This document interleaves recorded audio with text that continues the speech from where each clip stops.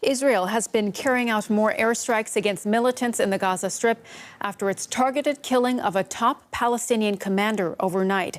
Israel says Baha Abu al-Atta of the Palestinian militant group Islamic Jihad was behind a series of rocket attacks on its territory. Palestinian militants responded by firing rockets at Israeli cities, including Tel Aviv.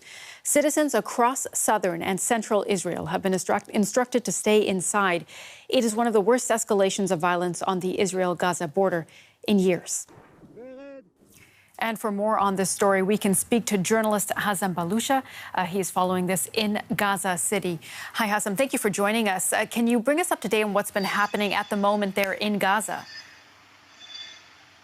Well, as you mentioned, today was a day of exchanging firing rockets from Gaza. Tens of rockets were fired from Gaza into the Israeli cities, reached Tel Aviv, but most of it was to the nearby cities. The Israeli jets and air forces targeted many places, mainly military sites, and some of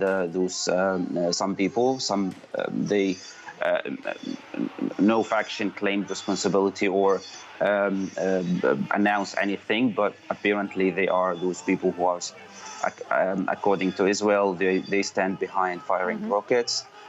So since the morning, Gaza is a different day. It's out of sudden. There is escalation after years of quietness.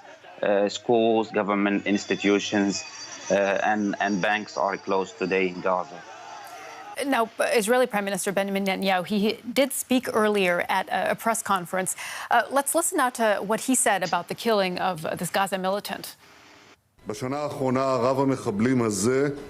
In the past year, this arch-terrorist was the main generator of terrorism from the Strip. He initiated, planned and carried out many attacks. He fired hundreds of rockets at communities in the Gaza periphery, whose suffering we haven't ignored. He was in the midst of plotting additional attacks these very days. He was a ticking bomb. So we heard the words there, a ticking bomb. You know, how significant was he?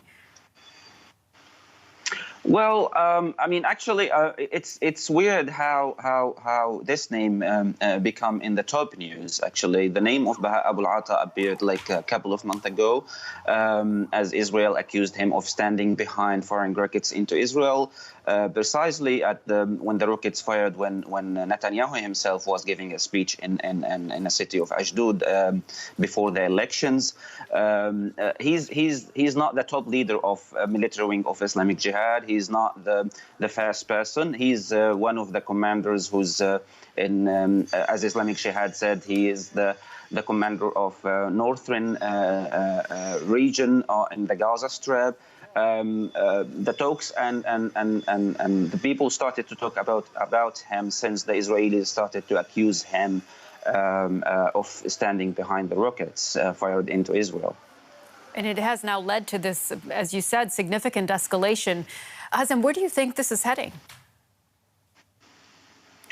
Well, this is a hard question to answer. It's too early to say that if there is going to be a fourth war. It depends, actually, to be honest, on the Hamas reaction. Hamas is the biggest power in Gaza, and it's the biggest military capabilities in Gaza. If they joined the retaliation and they responded and firing rockets into Israel, it might go broader and bigger.